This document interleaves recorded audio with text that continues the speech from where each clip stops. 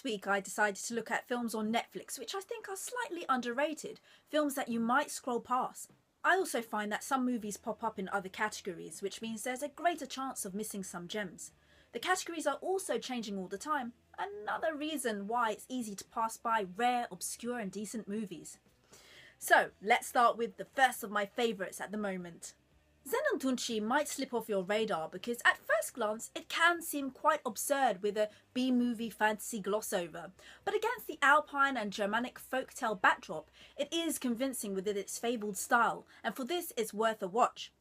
It's actually a well-known Alpine fable along the lines of folklore characters such as Krampus or Perchtin.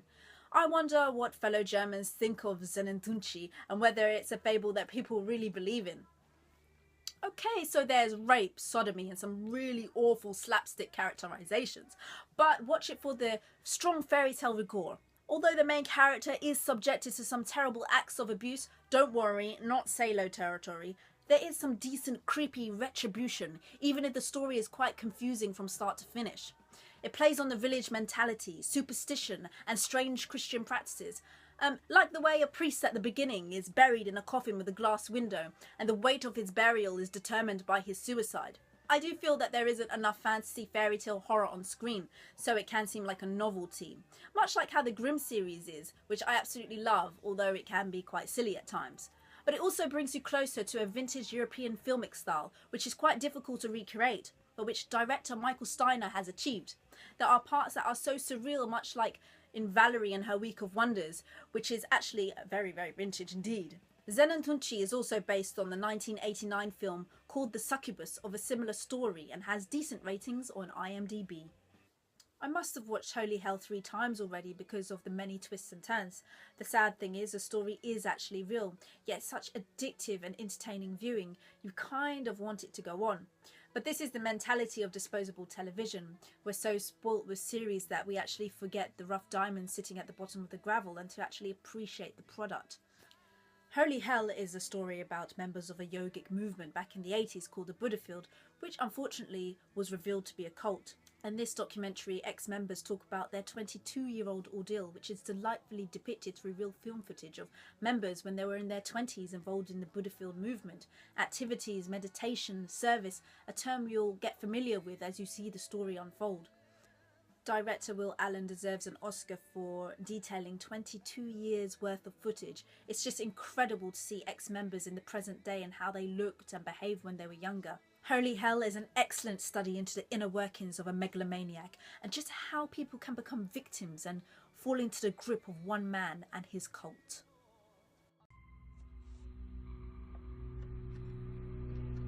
I love anthology films because as a short filmmaker myself, if good, they can provide great inspiration and trigger other ideas.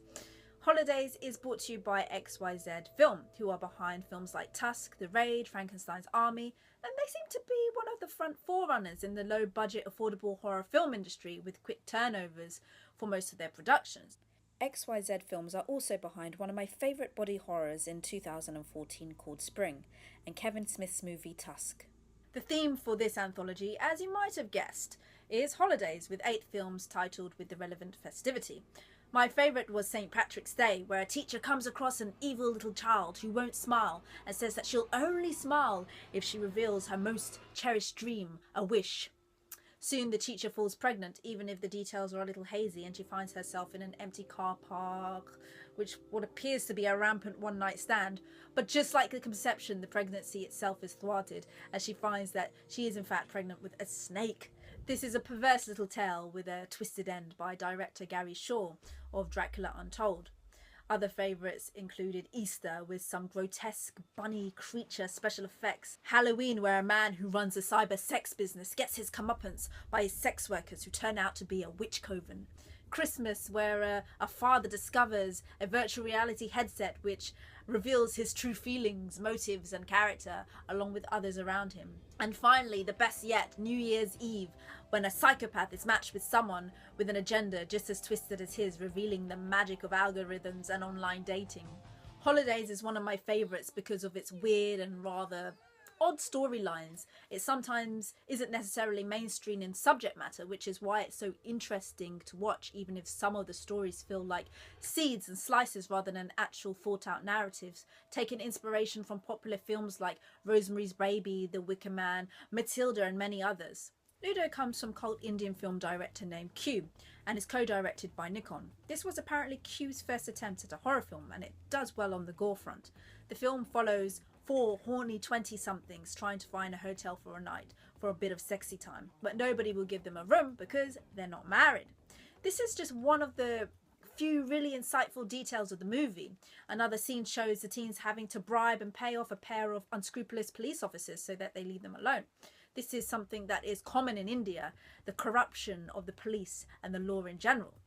Not having much luck, the teens find an empty shopping mall in the hope that they can finish what they started in the first place. Soon after, an elderly couple appear with a game of Ludo known as Pachisi, which is the original source of the game, and they all become hypnotized into playing the game of blood and death.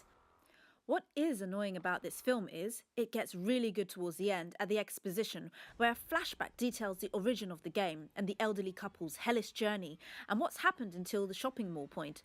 There's almost another hour filled with beautiful trippy cinematography, wonderful Hellraiser and Jumanji themes, curses, mythology, the occult, fakirs and demon vampires, all teamed with some pretty horrific bloodlust gore. Why all of this couldn't have been the whole movie rather than an exposition is beyond me.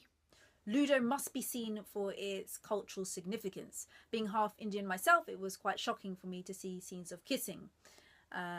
The kind of idea of Indian girls and boys sneaking off and talking about engaging in sex.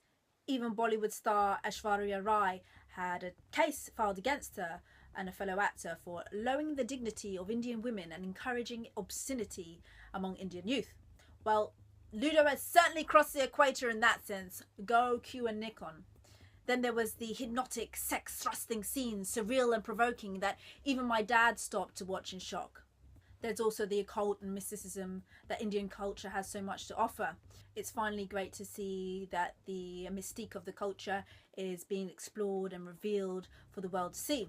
Although there have been a number of old Bollywood movies that have shown themes of religion, superstition and the occult, Q and Nikon don't skirt around the edges.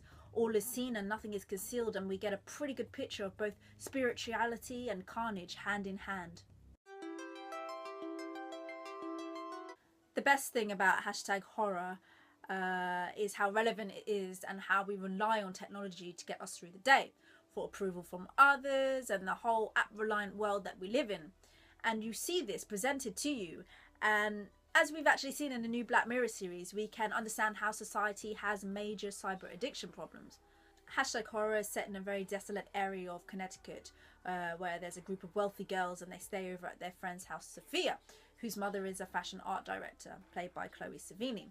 The house is like an abstract, surreal, big glass box filled with weird and wonderful artworks and rooms that the girls can really have fun with.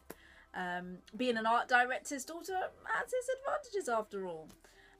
It's just such a shame that all the girls are so nasty to each other, cyberbullying at each second. The girls hashtag their night away, so desperate for this kind of self-made celebrity status that they start picking on each other, leaving one of the girls who's more mentally unstable to run off into the woods and disappear. This is when the bloodshed begins and the whodunit murdering spree unfolds. The thing is that's so striking about this movie is the relationship that the girls have with their self-absorbed parents. Chloe Sevigny plays an obsessed, eccentric artist whose husband is playing away. She's an alcoholic and has more stuff than she knows what to do with. She shares a really disconnected relationship with her daughter, rather plying her with materialism than actual love.